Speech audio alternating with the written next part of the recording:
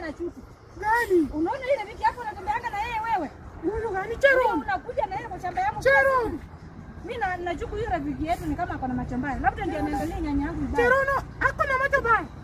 Na mimi nilifikiria ni wewe Alizi mchawi peke yake.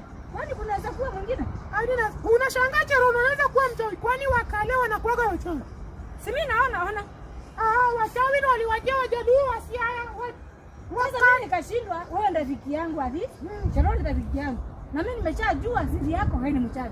Nikasema sasa kwani rafiki yangu mwingine anapita kwa shamba? Vitu yangu inakaa hivi. Kwani naye pia kuna shida ama niko katikati yenu? Naweza kuwa niko katikati ya nini? Ama alichukua dawa kutoka kwangu, lakini mimi nao siwezi kufanya hivi Tekla.